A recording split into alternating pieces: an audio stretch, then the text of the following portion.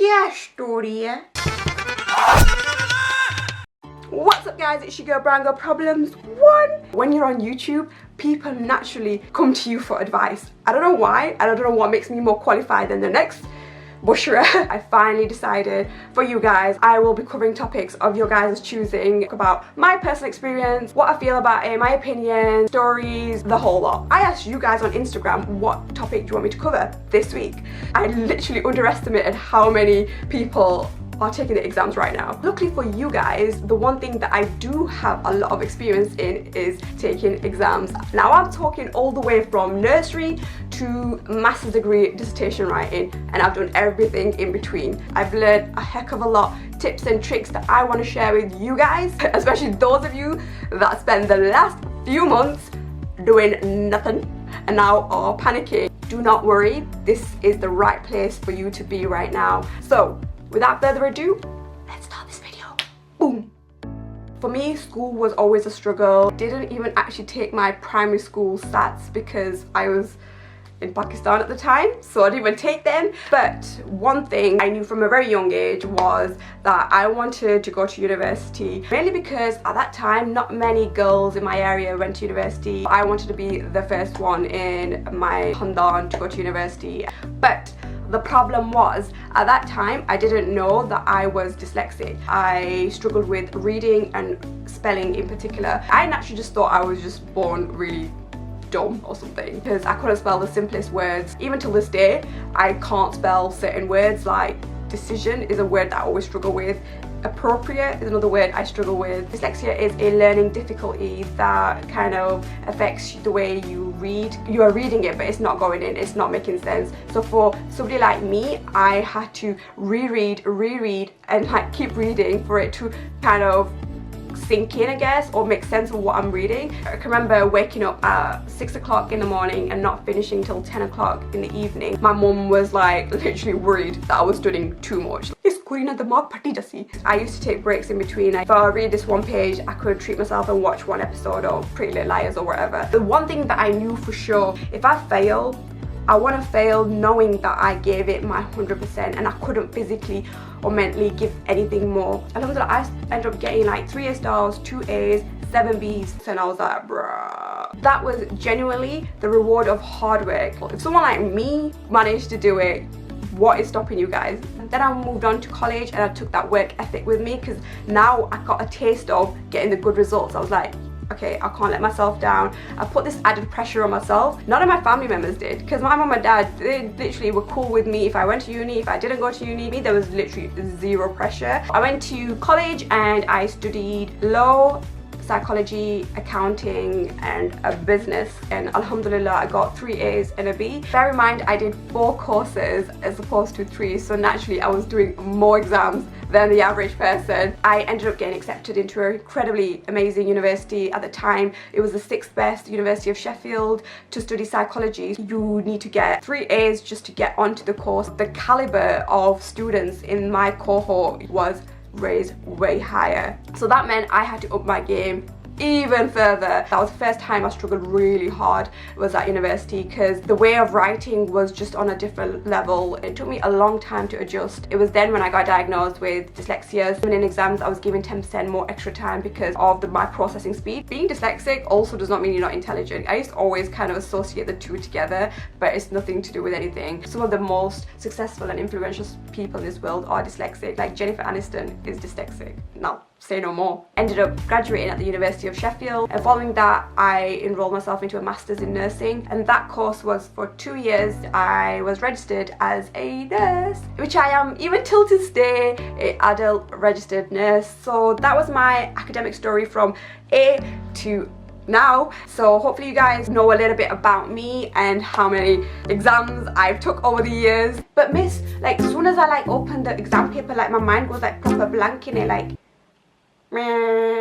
what do I do? What do I do? Tell me. your paper's in front of you, you've read every dua that you know. So what I would do is, before even going into the exam, if you know how many questions you are expected to have and how much time you have, I would calculate how long I have to spend on each question. Now don't spend all your time on one question and nothing on the second, and then keep an eye on the time to make sure you are not exceeding that time limit. Okay, so now that you've allocated the time, so what you do next, you read the question. Bruh, obviously. But the problem is, when we get into the exam environment, we forget to do the very basic thing that we are told to do in an exam. So there's a difference between just reading it and to actually knowing what they expect you to do. Now, what you're gonna look for is buzzwords.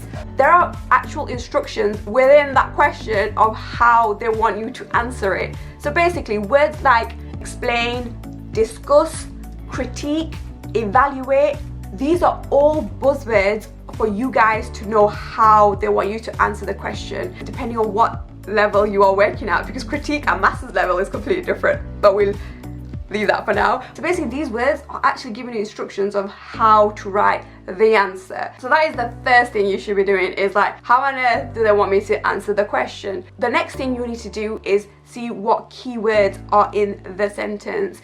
Now, a lot of people just highlight the keywords. Now, these are the words that they want you to talk about. How much effort do I need to put in this question, bruh? Now, don't spend hours on a 2-mark question. They basically want something quick and snappy. If it's like a 15-mark question, don't spend 5 minutes on it. So the more marks it's worth, the more effort you need to put in. And when I say read the question, don't read it once, don't read it twice, read it 3 times. Make sure you are aware of what they're asking of you. So, miss, I figured out how to read a question, innit? But like, you know, what do I gotta do to like write an answer and that?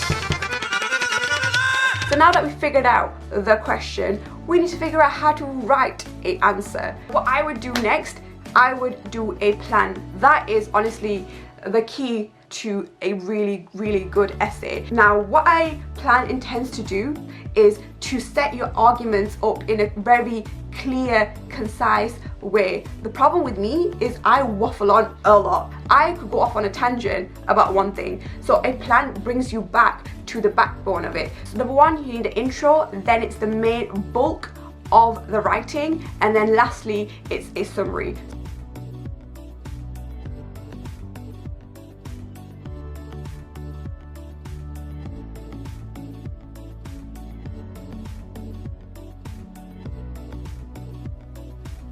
Now, with the intro, introduce the essay, what you plan to do, and you could also define some of the key words. This is what I plan to do, and I'm going to talk about this, this, and this.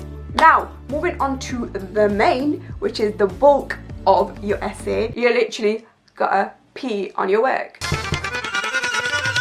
No, for real though, by pee, I mean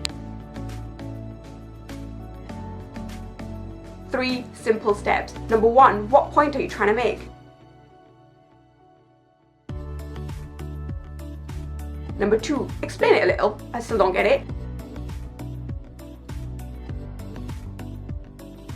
Number 3, evidence/explanation. Is there any supporting evidence that backs your case?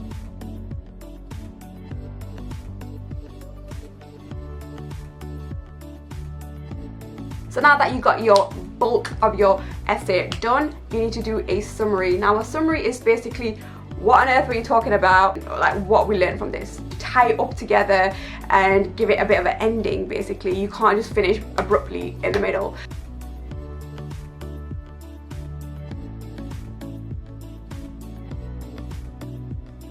Now, that is how you write in an exam. If you read the first question and you've literally, your mind's gone blank, do not spend time and effort on it.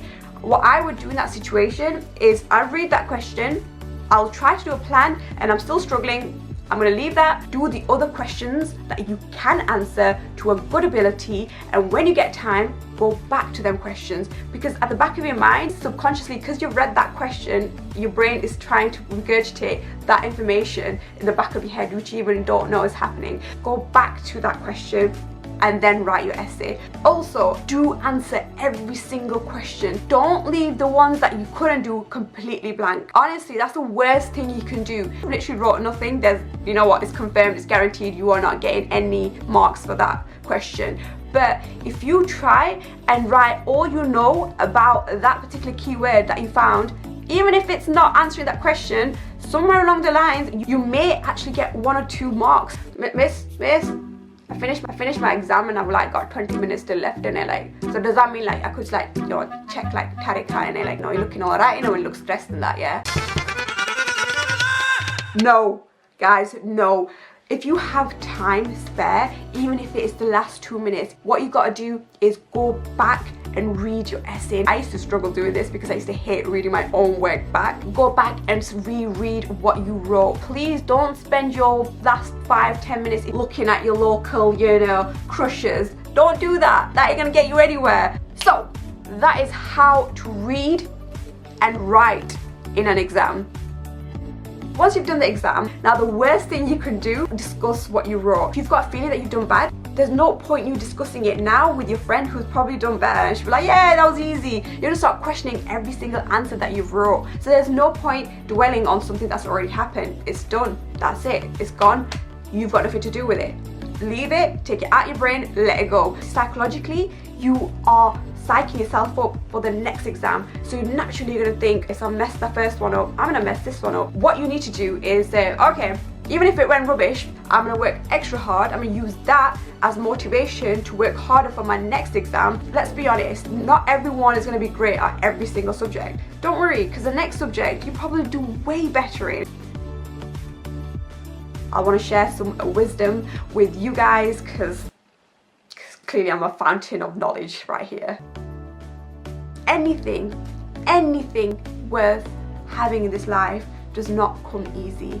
Everything requires hard work. Now, living in this modern day culture, it's easy to get into that mindset like, you know, I'm gonna marry someone rich. I'm just gonna start my YouTube channel, innit? Now, hard work is something that not a lot of people are willing to do. Most of you will be the first or second generation from parents that have come abroad. Now, they've worked so hard without an education so you can have a better education. They want you to succeed, they want you to do better than them, they want you to get them opportunities that they didn't get. Give it your 100%, and if you don't get what you want, at least you give it your best. But don't go in there half-heartedly. If you're gonna do it, you go in there trying your level best, because education is that tool that you have for your rest of your life. No matter how old you get, no matter where you travel, that education will always be with you. You've got this. If you take everything I said to you on board right now, you will get the good grades. I hope you guys enjoyed this video. This is a completely different type of video, but I thought, inshallah, if somebody benefits from it, I'm happy. Comment below if it did work for you, and what are your tips and tricks that you could advise other people. Okay, so the next topic you guys want me to discuss, comment below, and I shall do that, and hopefully it'll be more of a juicier topic for you guys. Make sure you like, subscribe, and inshallah I shall see you in the next video, and best of luck for your exam.